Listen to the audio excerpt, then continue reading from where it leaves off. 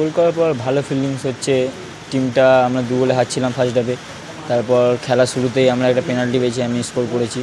তারপর একটা সেকেন্ড গোলও করেছি আমরা, মানে আমাদের টিম করেছে। তো 2-2 হয়েছে। আমাদের খুব ভালো লাগছে, 1 পয়েন্টটা পেলাম। আর আশা করি নেক্সট ম্যাচ ইস্টবেঙ্গল আমরা 100% দিয়ে দেখি উইনিং, বা দেখি হয় ভালো। আর আজকে যে ম্যাচটা মানে যেভাবে তোমরা মানে পরপর অনেকগুলো ম্যাচ তোমরা হারছিলে, তারপরে আজকে একটা পয়েন্ট পেয়ে, তো কোথাও কতটা আত্মবিশ্বাস, মানে মনে কতটা কনফিডেন্স এসছে এবার? হ্যাঁ, কনফিডেন্স তো বাড়লো এতগুলো ম্যাচ হারার পর। আজকে ম্যাচটাও ফার্স্ট হাফে খেলাটা মানে আমাদের ফেভারে ছিল না, সেকেন্ড হাফে আমরা ফেভারে নিয়ে এসেছি।